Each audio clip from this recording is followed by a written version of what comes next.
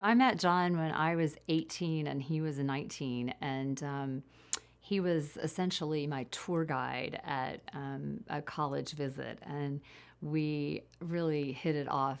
He was very much an old soul, even at 19, and I remember coming home from that college visit and telling my mother, I said, I met the most amazing, and I think I almost used the word man, and then I said boy. And my mother was saying, well, what was amazing about him? And I said, I don't know. He was just very wise. And I said, I think that's the kind of man I'd like to marry. And I was 18, and then, we ended up really coming back together at 22 or something. But all the while, from the time I met Jon until the time we really got together as a pair, we wrote letters to each other. And so we really got to know each other through writing. And I think I fell in love with Jon through his letters. He was just really thoughtful and interesting, and he listened, and I felt as though he just had more gravitas than any boy I'd ever met up to that moment. And yeah, I mean, I guess he was definitely quoting people that he was reading, and we had in our letters and our correspondence, we would talk about the books we were reading. I mean, I'm sure when we go back and look at these letters, they're kind of ridiculous. But there's definitely just this love of books and reading, and you could tell that this was someone who, at a very young age, was really engaged in the life of the mind, and that was very apparent and very attractive. I think always he knew. His grandfather was a writer and a judge, and I'm sure he's told you a little bit about his grandfather, but I think that was always in the background of his world. And I remember Jon describing his house to me where he grew up with his grandparents in Chattanooga. And he wrote this long letter to me about kind of the house that he'd grown up in and the house that he imagined living in as a man and a father. And it was the first thing he mentioned was books. It was lined with books. And so I think it was always really clear to me that was a big part of his growing up, and that he really wanted that to be a part of his future. And he wrote for the college newspaper. Even in those early letters, he would work in the summers at the Chattanooga Times, and he would send me the clippings of his articles. And he was a great writer. He was a great reporter. So I think really early on, even at 18, I think he was very interested in journalism and reporting on politics. And, at age 10, I think he campaigned for Reagan. I mean, literally at age 10, he was like out there putting up signs for Reagan, and was fascinated by Reagan as a man. And that came through even early on in our correspondence, because we really only met briefly that one weekend when I visited the college that Jon attended and I ended up not attending. So really, a lot of what I learned about Jon was through letters, which is a different way of learning about someone, especially when you're 18 and 19 and 20. But yeah, I would say that I was pretty sure he was going to be a writer of some sort. Jon always makes fun of me. Says that I was probably it was probably good that we didn't go to college together, because Jon would have been sort of maybe not as enamored of my journal writing and novel reading.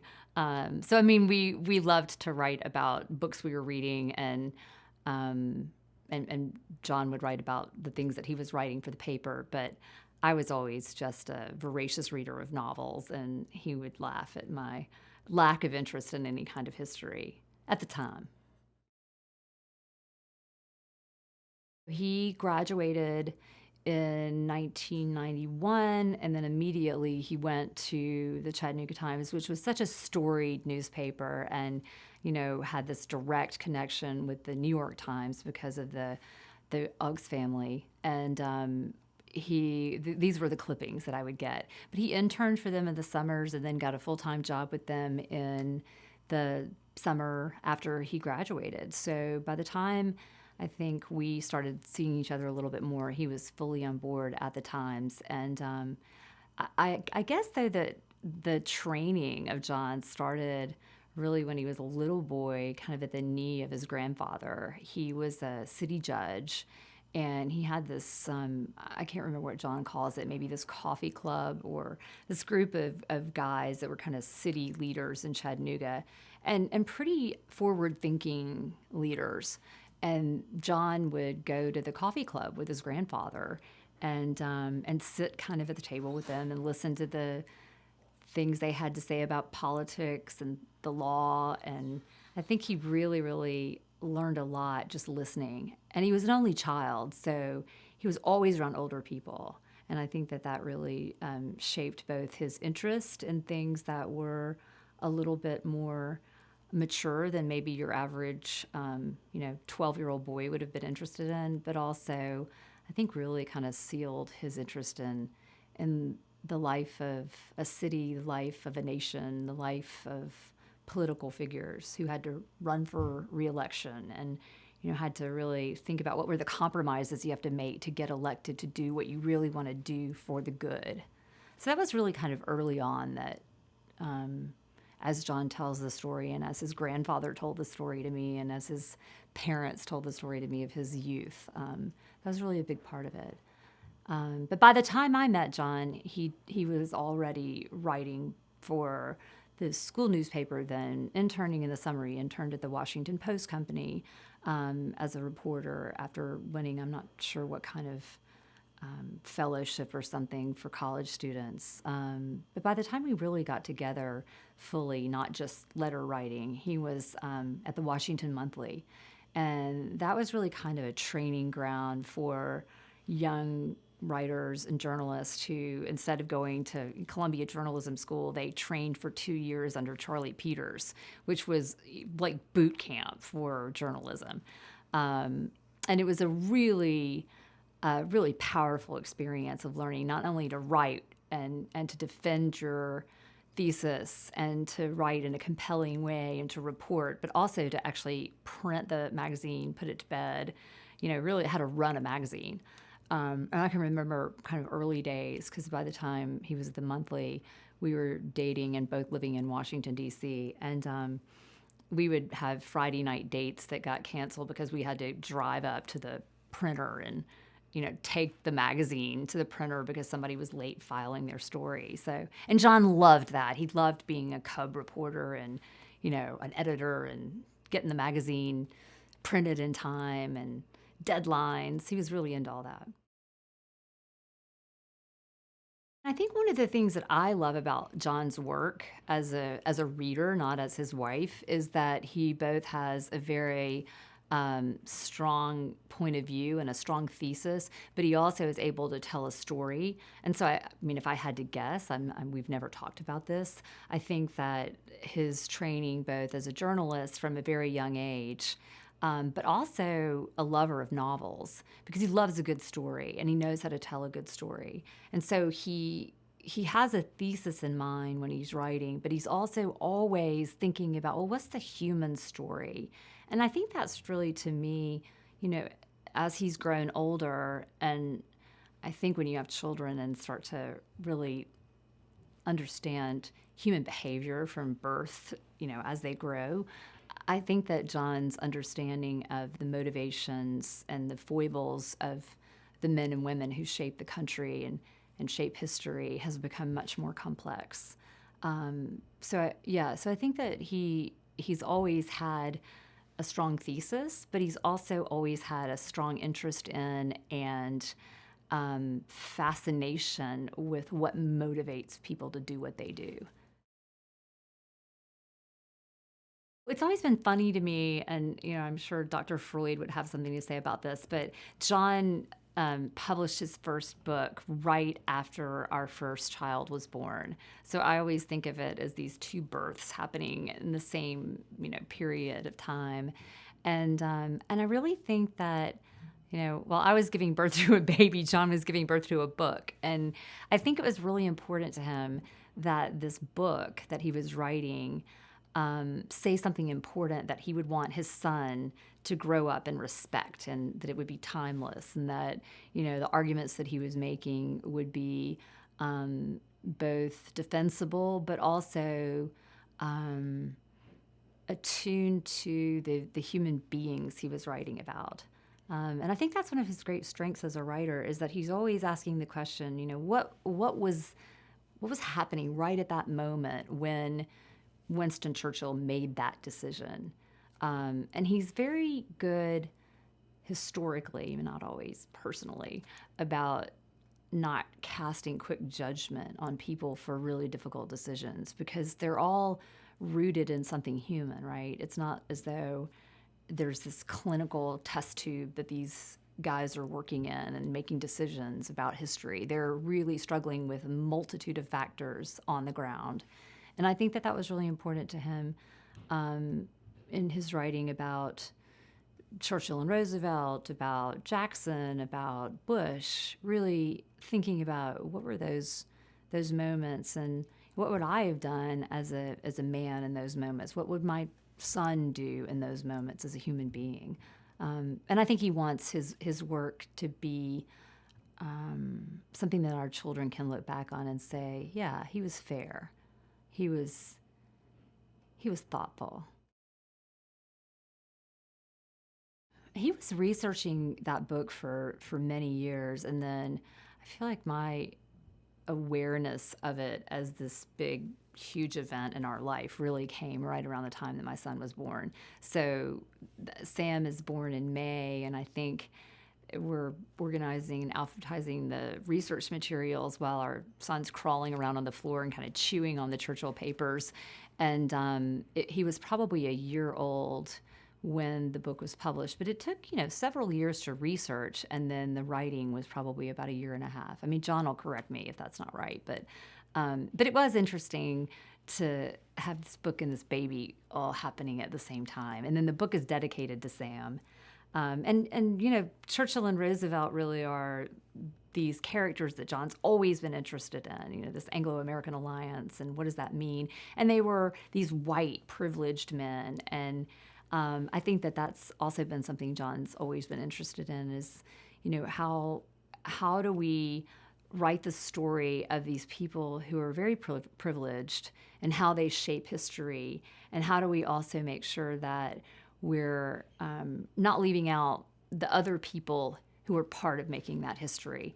But the fact of the matter was they were making history, and they were very flawed people and men of their time. I would not take credit for being a creative partner, but I definitely read everything in before it gets to galley. And because I'm a voracious novel reader and not so much a reader of American history or biography, I mean, obviously I read Jon's biographies, but that's not the first thing I go to on the bookshelf. I mean, I would spend all of my days reading Victorian novels if you let me. But I think I'm a good reader for him because I'm thinking about the story. Like what I want to know is what motivates these people. Why do they do the things they do, and what were the compromises they had to face? And I think Jon's really interested in that too, which is one of the reasons I really like his work. But I definitely read everything, and I put lots of marginal notes that he, I think, gets a little tired of, but always takes them very seriously. Usually there are 3 or 4 ideas brewing at all times, and we talk through, what the merits of one over the other are. But Jon's usually pretty, it's not even that he's private about what he's deciding to do. It's just he's a thinker, and he's always, like, the wheels are always turning, and sometimes I'll find out something, he's thinking about doing when he's really, really pretty far along in the process of thinking about what the next project is. And I also always know what he's thinking about doing as loads of books arrive. I can remember thinking, okay, I guess he's doing Madison now, because we started getting all these books in the mail about Dolly Madison. He buys from these third-hand booksellers that they have mold inside the books. And but then the books start coming in, and he starts toying around with the idea of this character. But it's really, I don't know, in some ways I think his process is like writing a novel, in that he really wants to think about, is this an interesting character before I really commit to writing about him? Like what was he like as a person? What was his childhood like? he doesn't start just with the policy. Obviously, he wants to write about people who did things that really shaped the country, hence writing presidential biography. But I also think he picks presidents who he thinks were really kind of complicated people, interesting people. I think that when you're writing historical biography at night and on the weekends and on holidays, and then you're reporting in real time at Newsweek during the week, you're seeing both the immediate decisions that people in powerful places are making, and your initial instinct as a journalist is to sort of, well, at least I think in this climate, is to fire, to lash out for the decision not being hard enough, or not taking a stand on something. And you don't really have the luxury of time to look at what are all the human factors behind that decision. And so I think that Jon's working on those two planes for all those years really did inform his both measured look at historical figures. And when I say measured, I don't mean that he doesn't come down hard on them, but he's definitely not clinical in his writing about the human beings who've shaped American history. He really, I think, writes with a very human touch. And I think his journalistic training allowed him to see, how easy it was to just say, well, why did he do this? And fire away critically at why someone did something. It was really like an emergency room. I mean, I felt like I was dating a doctor in his residency or something. I mean, it was really all hours of the night. And again, truly driving the magazine up to the Pennsylvania publisher so that it wouldn't be late and that it would actually come out in physical form. So yeah, lots of hours. And also really close relationship with the editor, who's this amazing man named Charlie Peters, who has trained some of the best journalists in American journalism. And, Jon felt so lucky to get to work for him and with him, but he was a real taskmaster and someone who wanted the best work. And I think that training ground of, why are you saying that? What's your evidence for that? That doesn't sound right. I don't believe you. I mean, he just had this really, really strong intellectual training with Charlie that I don't think you really could get anywhere else, because it was not, it was on the ground, real reporting. And he also met all of these amazing people that he'd interview. Economists from Yale. He'd be talking to senators and even presidential interviews, even, people that were actually making the decisions on the ground at that moment. And so he really got a great training there, but it was brutal hours. That job is a 2-year stint, and then it really ends up landing people in great places. Many of the people that worked at the Monthly went on to the Times or the Post or Newsweek or Time, and Jon ended up getting an offer from Newsweek to come and be the nation editor, so editing all of the domestic reporting. And then due to a series of various events, he ended up kind of rising in the ranks at Newsweek pretty quickly. Some of them just normal turnover and people moving to different magazines and jobs, but also his very beloved editor, whom he was very, very close to, we were very close to, died of leukemia.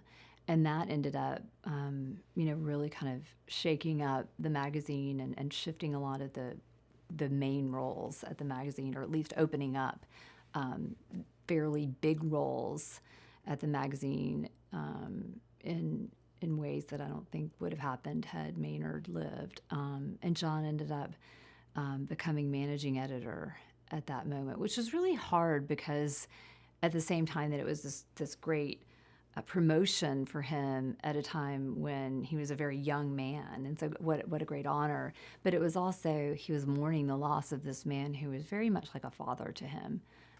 Maynard Parker was a really important figure in his life, and his wife Susan and their boys were really an important part of our life. We were young and kind of newly in New York. We just moved there. We just gotten married, and they were just a really big part of our personal surround. And so those years were, kind of talk about the human story of everything. So meteoric rise, yes, but also really at a moment when some very sad things were happening at the magazine. I met Jon when he was 19, and he seemed to me like he was 30 when I met him. And so there was always so much was always made of Jon's age. But if you really had ever known Jon before that time, you knew he was just very much an old soul, and he was very, I used the word wise earlier, but he was sort of someone who got on really well with older people. And when I say older, I mean really older. He'd grown up with his grandfather. He kind of really, he actually lived with his grandparents growing up from the time he was about 12 forward. And I think that he was just really someone who was very comfortable in the presence of older people and understood them, liked them.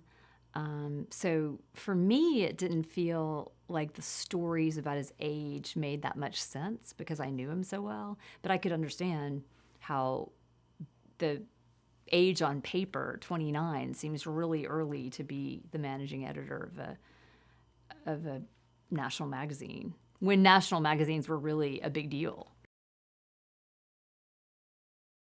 I'd say that from the time we started dating until really just recently, it's always been kind of all-consuming for Jon.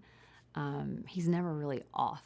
He's always got something rolling around up in the upstairs. And as he's gotten older and I think more accustomed to juggling a lot of things and is more able at that, it's gotten easier, but he's definitely always been someone who's completely in flow, always. I think that Jon's grandfather was a really huge part of his life, and he really admired his grandfather, and I think he admired his career, and both of his grandparents were kind of people before their time in Chattanooga, Tennessee. His grandmother was the dean of students at the University of Tennessee at Chattanooga. So, in the 1940s and 50s, she's this woman who is leading a major department at a state university. His grandfather is a judge by day, and at night he's writing sea novels. So these are really, people who are doing really interesting things in this pretty small town in the South, but, small but big enough. And Jon really looked up to them. And I think the conversations around their table were very interesting.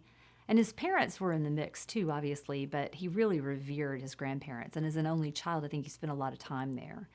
And there was always watching the news with his grandfather, and they got Newsweek and Time, and he always talks about how important those magazines were to his childhood and his understanding of politics and what was going on in the world, because there was really nothing else. There was no, you're reading Time and Newsweek.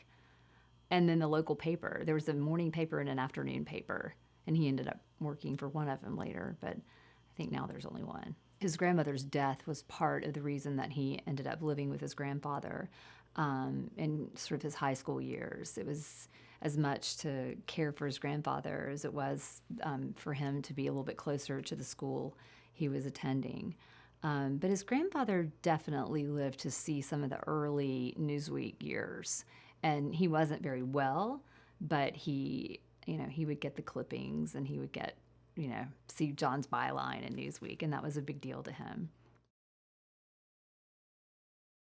The early days at Newsweek, Jon was the nation editor, and then the managing editor, and then became editor. And if you held a gun to my head and asked me to give you the dates of all that, I don't think I could really give you the chronology, except insofar as it overlapped with the birth of our children.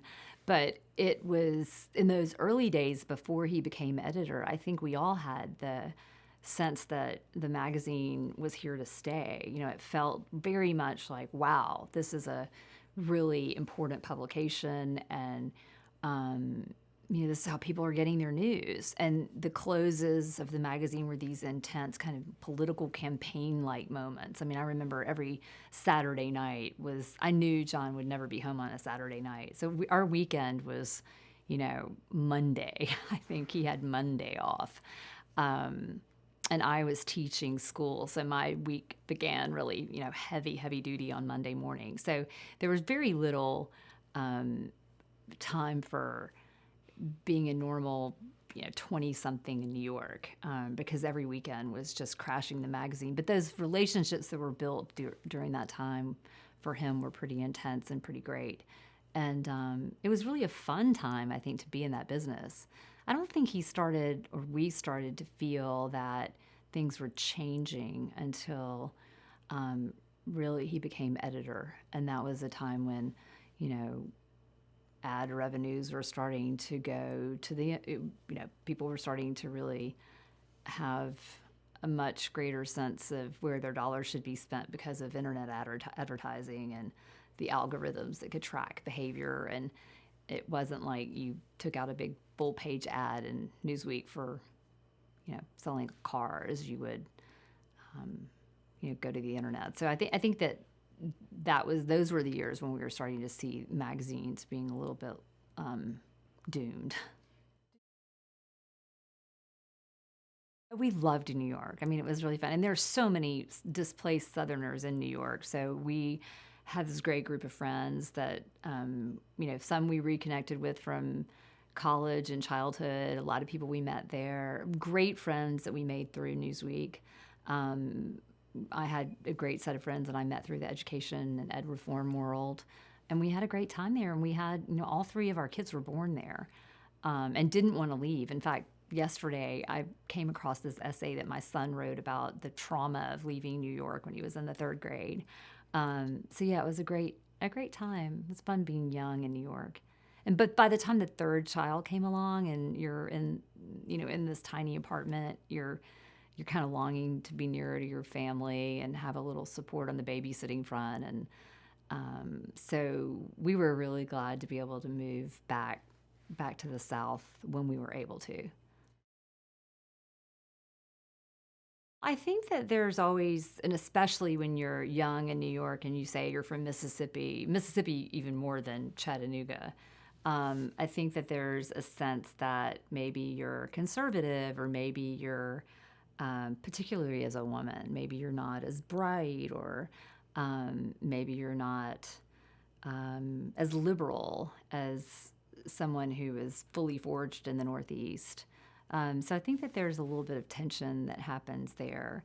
And you feel maybe like because you're not coming out of this Northeastern Ivy League school for Jon or for me, because I went to the University of Virginia, that you have maybe something more to prove, but also maybe a different perspective, right? Like the people back home are not seeing it the way you're seeing it. My parents aren't really talking about things in the way, you're talking about things up here. And so Jon, I think early on had this very strong attention to the fact that things beyond the Beltway, remember when that was a term, like outside the Beltway? I think it may still be, but it seems like it really was when Jon was at Newsweek. And he really was very interested in thinking about what people in Grundy County, Tennessee were saying about politics, or what somebody in Mississippi felt about, this particular way of reporting something. So there was, I think that played into the way he thought about politics and about the way he covered stories. Jon's definitely very interested in what's going on outside the major city centers. And I think that, writing about people like George H.W. Bush give you a sense of, well, gosh, there's a lot going on in Washington and New York and California, but this guy's campaigning in Texas. Like, what's happening on the ground in Texas? What's the reality there? And what's he going to have to do to get elected in this state? Our system is set up in such a way that you really do have to pay attention to things that are happening between the coasts, like the Great Flyover Zone. The first time I saw this kind of passion around a point of view, because John's written all these books about presidents, and each one is different, right? Each president is its own. Each president is his own person, and so the the books are really informed by the personality and the moment that that president was making decisions. But the first time I really saw John write a book and get really excited about writing a book that was more idea driven and less personality driven was when he wrote American Gospel. And that book really it kind of came about with this great passion. He just was so annoyed. I mean, annoyed's not the right word. He really felt strongly about debunking this myth. Remember this moment in cable news when everybody was talking about it's a Christian nation, we're a Christian nation. And John really wanted to say something about how we're not a Christian nation. And as someone whose all of his education took place in church schools, I mean, even college, I think he really felt strongly about debunking that myth, but debunking it with evidence and really looking back at what the founders said about religion and about drawing that wall between church and state. So that's the first time I really feel as though John went on a mission to say something important. I mean, not that the biographies aren't also saying something important, but they're less idea driven and more personality driven. And American Gospel and Soul of America are certainly more idea driven. Like there's a sermon in there a little bit. I think that he really does feel as though there are certain things that need preaching about. And one of the things I think he feels really strongly about is that the founders really intended for this country to be a place where many voices, many colors, many creeds. I mean, they didn't get there quickly, right? It took them a long, long time to open the arms wide enough to accept women, African Americans, people of different sexual preference, but they got there. And I think he really feels strongly about giving the country credit for the fact that we are on our way there, still on our way there, and also that it's important to really look at what the people that actually helped get us there were up against in real time. It's so easy to say, well, they didn't do enough in 1919. But I think John really likes looking at, well, what were they really, really up against, and what were the compromises they had to make as human beings. So he takes his journalistic and biographical training and kind of turns it to look at these periods in history to make a larger point. I think there's a real pride in America and a belief in America. Like, I think John really, really believes that the American that the American experiment is flawed, but ultimately better than anything else we've seen anywhere else. So he really believes in the experiment. And I guess he's sort of maybe impatient for people to slow down and say, it's not perfect and nothing good happens without compromise. But look at all the compromises we have been able to make to give greater voice to people who don't have a voice. And I tend to be, when talking to John or when I'm reading his manuscript, saying what a lot of, I think, of his critics say, which is, but they didn't do it fast enough, or, but look, it took this long for women to get the vote, or, but we were still, separate but equal in Mississippi in the 1970s. Shouldn't we hold those people accountable for not working fast enough? And then John has these invariably really complex answers about, well, this was happening on the ground. And his voracious reading of history and his incredible memory. He has such an incredible memory for dates and facts. And he's able to bring all that to bear on, this was happening on this particular day in history in Johnson's presidency, and he and his decisions were affected by this particular day and this particular set of circumstances. And it's often easy to kind of look at history like, well, let's look at Johnson's civil rights. Well, let's look at Johnson and the war. But John's really good, I think, about looking at what happened on a day. Any given day, all these things are coming at these presidents. And I think Jon wants to help people understand that really good things can happen because of the work of really flawed people. I think that he feels incredibly fortunate in the education he's been given.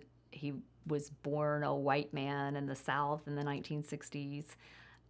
He's grown up and continued to be privileged, and I think he really, really genuinely feels that that gives him a responsibility.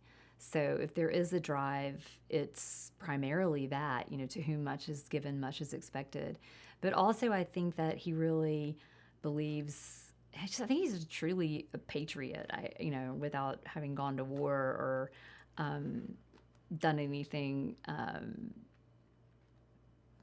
I think his writing is patriotic, but I think that he really, really believes in the power of the American experiment, and that it's better than anything else out there, and that though it's flawed and still has a long way to go, that he wouldn't want his children to feel any differently about it than he does. He would want them to criticize it and call it out on the things that are not great about it, but I think that ultimately he also is really interested in writing for posterity and giving his kids and our kids and their generation something to look at and think about. I don't think any thinking, privileged, white, straight American working in the public forum is not highly aware of the position in which they stand. So I think Jon's very, very aware of the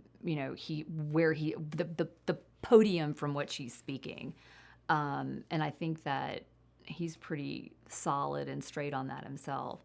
But sometimes when I'm reading and he's talking about a particular period, and for example, the civil rights movement, and he's not been there, or he's not really ever experienced that. Those are sometimes harder edits and harder for him to write about. And so he'll say, "Do you think I'm giving it its due? Do you think I'm quoting people that were there enough?" So he's very conscientious about really pulling in voices that have to speak for their own history because he can't speak for it. But there's always lots of conversation about that in those early drafts, because you want to make sure that you're not trying to speak for someone else, but that you're trying to tell the story of America, which obviously has lots and lots of voices in it. And he's always searching for the right people to help tell that story. I think that it was very much on his mind, like, how have we gotten to this place where the president of the United States is not taking a hard stand on, white supremacists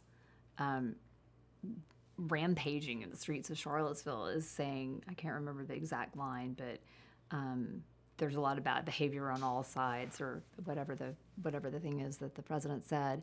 I think Jon was just completely dismayed, and that ends up being a moment in which he kind of banged out. I say banged out, meaning he was on fire. He really had a lot of things to say about it and wrote the article. And then as he got to thinking about it, it really kind of grew in the same way that the American Gospel grew out of a smaller piece, I think, for Newsweek, that he just felt really passionately about it, and it just kind of grew and grew and grew, and he really only discovered that it was a book after kind of writing the book. He just kept writing and kept writing and kept writing and kept looking at other periods in history when we'd been in moments when people were thinking we were in the worst moment we could be in. And I think as he started to look back at that, he started to feel, oddly, kind of counterintuitively, feel hope that, okay, well, if this feels like the worst moment we've been in. This feels like we've never been here before. And then as he started to really use his historian's craft and also his reporting craft, he realized, we have been in some pretty crappy situations before. And there is a way out. And one way out is to look at where we've been. And a lot of people, I think, have said, well, you're way too hopeful and you're way too optimistic. But nobody's ever really accused him of being simplistic. So I think that's a really interesting point. I think he is optimistic. I think he's optimistic, but his optimism is very grounded in fact. He has a really strong argument for his optimism. I think we have a good division of labor in our family in the sense that Jon's writing about these really big ideas that he taps into history to help people kind of see a way forward in the present, and it's very national, if not global.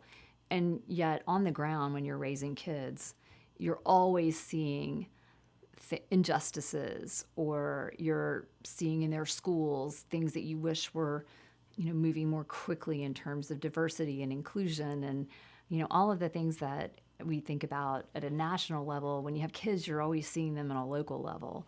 And so I think that the conversations at our dinner table are really informed by both what we're all experiencing on the ground. We're living in the South, and the South is an amazing place, but it's also a place that still has a lot of demons from its past.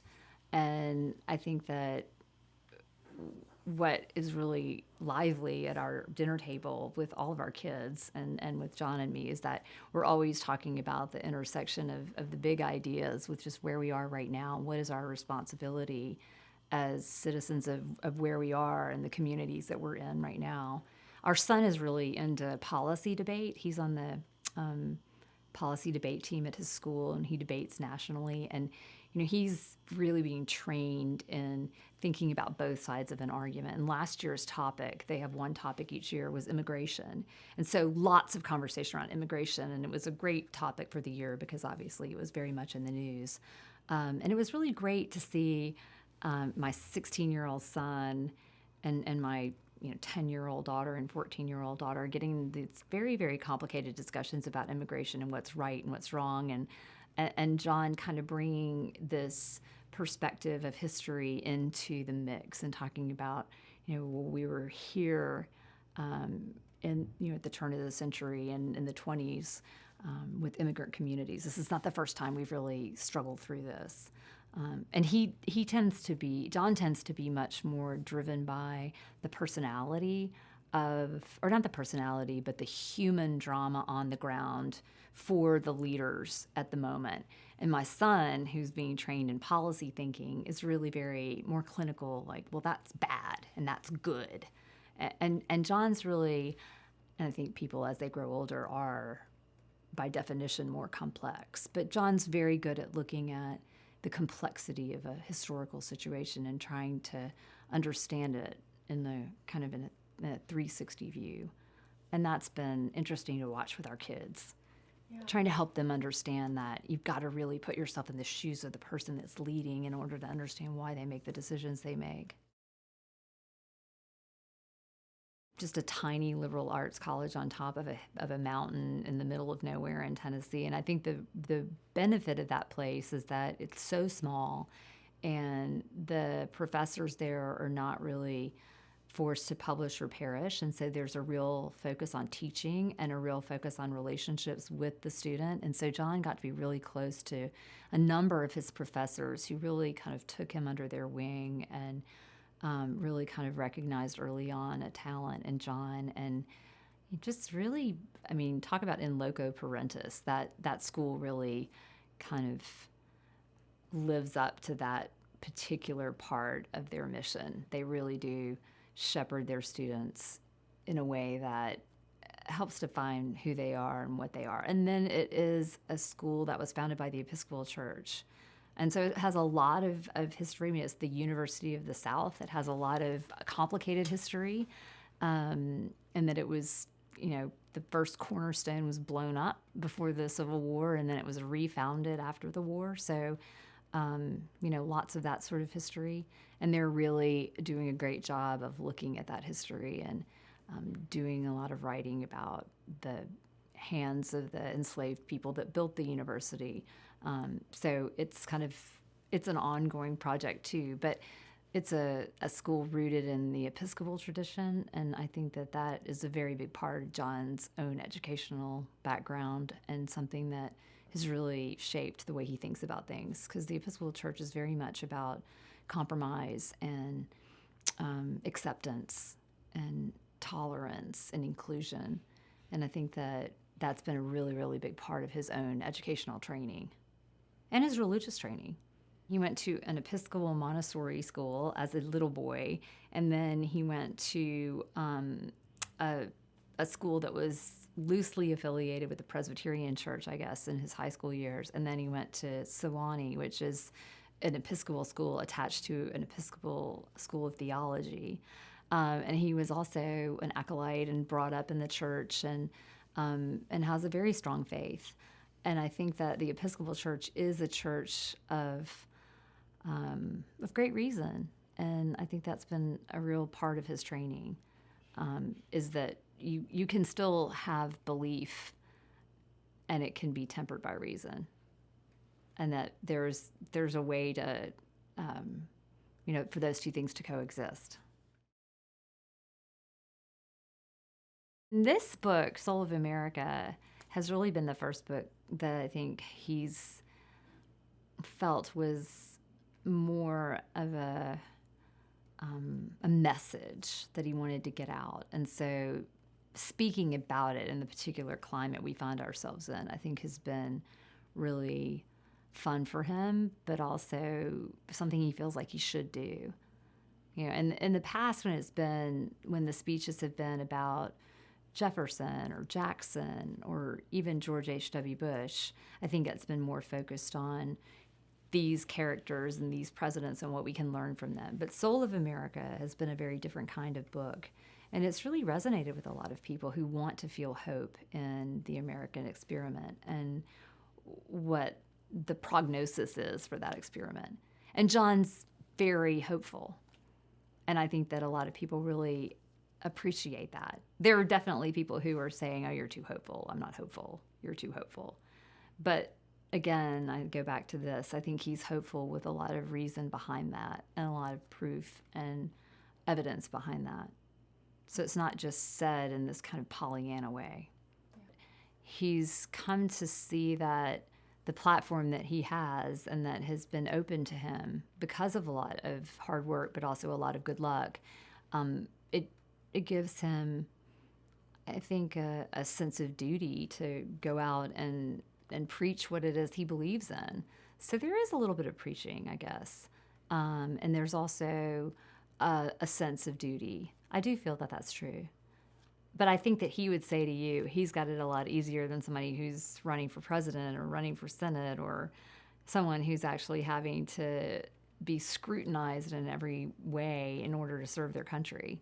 So I think, again, to whom much is given, much is expected. And Jon feels that this is something he has to say that he really, really believes in and that could possibly be a uniting message in a time of real division. I think I would say the same thing Jon would say, though, is that there are people that are really on the front lines, getting shot at. There are people that are making laws that are making life better for millions and millions of people. So I would say that Jon probably is modest about his own role, and rightly so, because it's an important role, but he's got the privilege of being able to go in and have thousands of people listen to what he has to say and walk out and not have any kind of smear campaign against him on television. So I think he would definitely give great credit to, the military, a political candidate, a priest, people that really day in and day out are having to, make that their full-time job. But I think he would say that there are people that are doing things that are a lot harder and a lot braver. I think he's a very private Christian. and that he writes about it, and he writes about it in a very intellectual way while always acknowledging that faith is something that transcends the intellectual. But I definitely think that his Christianity and his belief play a role in his journalism and in his understanding of great leaders and of people. And I think essentially he believes that the world is a fallen and complicated place, and that, the best hope we all have this side of Eden is that we give each other the benefit of the doubt, and that we try to look at the complex decisions that people have to make. And so we talk a lot about, in our family and also with each other, about this idea of radical forgiveness. And that, to me, is that's for me really the power of Christianity. And I definitely think Jon brings a sense of forgiveness to the historical figures that he's looking at. Not that he says, oh, everybody gets a pass because, everybody makes mistakes, and so we forgive them for the things they do. But I do think that he looks at historical figures as human beings first, and as presidents second. And so while he holds them to account, he also recognizes the humanity in them. So yeah, I think that he definitely is, his work is certainly impacted by his belief and by his being a practicing Christian. I think Jon's contribution and the message that he is out there kind of delivering is that, none of us has exactly the right answer to how this should be done. And it's way easier to stand on the sidelines and roll your eyes and shake your fists and be angry and not try to see where the other person is coming from.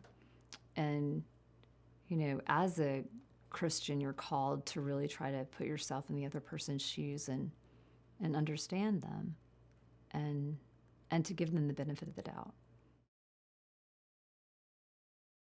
Well, Jon says all the time, which I think he's now developed as his kind of shorthand for why he wrote the book, which is that we've been here before. When you think things are worse than they've ever been before, you have only to look at McCarthyism or the civil rights movement. But I think that there's even a deeper message, which is that good things really happen in the country, and change really happens when people put aside this polarizing anger and try to work together and to try to understand the people that they're fighting against. Martin Luther King didn't get where he got with the civil rights movement by just hating everyone and by screaming about how unreasonable they all were. There was that, but there was also a sense of trying to understand the other person and understand where they were coming from and what they were afraid of. And I do think that that's a lesson for how we can move forward. And that to me is kind of the bigger message of the book, is really, because all of the periods in history that Jon picks are times when it would have been really easy for you to just say, let's all retreat to our poles and have these really strong opinions and just hate each other and fight. And not much gets done when that's the approach you take. And so I think that he looks at the people in those moments who compromised and listened to each other and realized that everybody's not going to get their way 100%. And that moving forward often is messy and complex, but that you move forward through those complexities by accepting complexity. I am proud of Jon. I'm proud of Jon more than anything. I'm proud of Jon for being such an amazing father, because he's a busy, busy guy, and he has a lot going on, and he could spend 365 days of the year on the road, and he doesn't. And he's really, really involved as a father. And he really just likes being a father and likes being part of our family. And I think our kids teach him a lot, about what is important to say, what people need to hear.